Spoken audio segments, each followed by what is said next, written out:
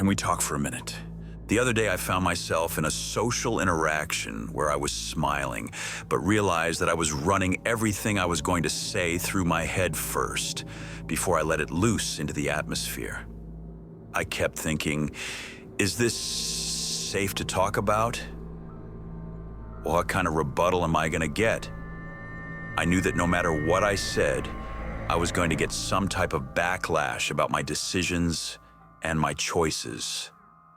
I was going to hear how I should have known better, or how things were my own fault, no matter what it was. After this interaction, when I was home again, I started to cry. Not because I was sad, nor because they were correct. It was more like a type of emotional relief, a kind of release I couldn't explain. Have you ever left a gathering feeling drained? Not because of the noise or activity, but because you spent hours guarding your feelings and wearing a smile that didn't quite reach your eyes.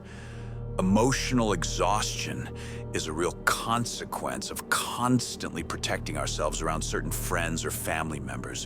While we may not always talk about it, the emotional labor of these interactions can quietly wear us down. When we sense that someone might judge, dismiss, or misunderstand our genuine emotions, we naturally put up walls to keep ourselves safe. This kind of self-protection isn't about physical safety.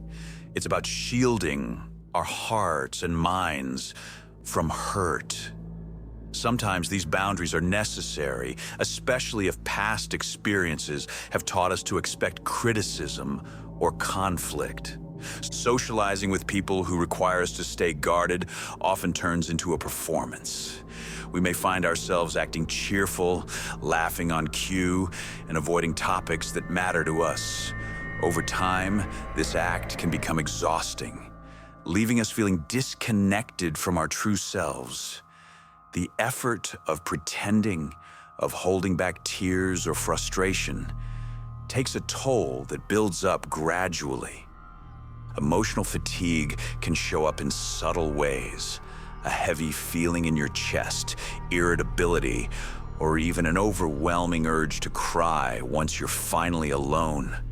You might notice that you feel relieved when the social interaction ends, but also inexplicably sad or empty.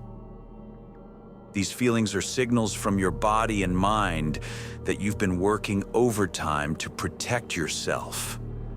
It's common to experience a rush of emotion, sometimes even tears, after returning to a safe, private space.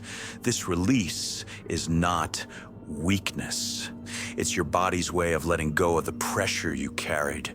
The relief you feel when you can just be yourself again is a sign that you've been holding back, and your emotional system is finally catching its breath.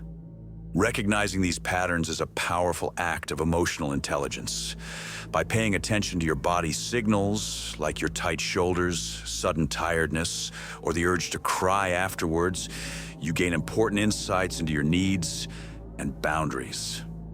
This self-awareness can help you make choices about how much energy to invest in certain relationships, and when you need to take a step back and recharge. If you find yourself feeling exhausted after socializing, know that you're not alone. These feelings are normal and valid. Many people experience emotional fatigue when they must protect themselves, and it doesn't mean you're weak or overly sensitive. Listening to your body and honoring your feelings is an important part of self-care. Here are some tricks that you can use to help yourself if you cannot step away, or if you find yourself in a situation where you may not be able to control the amount of time you are with those whom you feel you have to monitor your behavior around. The information diet. Limit the personal details you share during social interactions. By consciously choosing what information to disclose, you maintain control over your emotional exposure and reduce vulnerability. The gray rock method. Respond to emotionally provocative or intrusive questions with neutral, unremarkable answers. This technique helps you avoid escalating conversations and keeps your emotional boundaries intact. Not disclosing sadness. If you sense that someone might judge or dismiss your genuine feelings, consider keeping your emotions private. You don't have to share sadness or frustration with everyone. Protect your feelings by choosing trustworthy confidants. Controlled engagement. Set limits on how much time and energy you invest in certain relationships. Engage only as much as it feels safe and comfortable for you, and give yourself permission to step back when needed. Topic: redirection. Skillfully steer conversations away from sensitive or triggering subjects.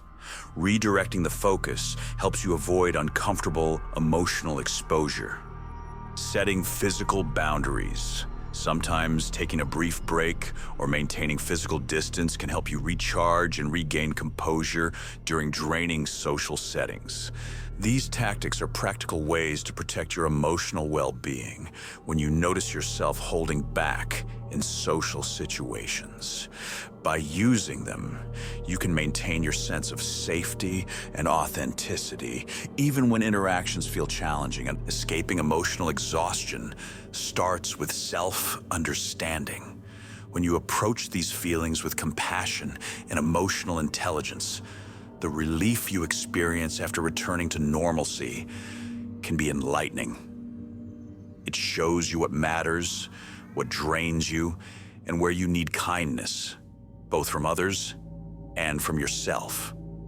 Remember, it's okay to rest, to feel, and to let your guard down with those who truly support you. Your journey toward emotional well-being is a brave and worthwhile path. Trust your instincts and your gut. They are there to help you, and they are usually never wrong.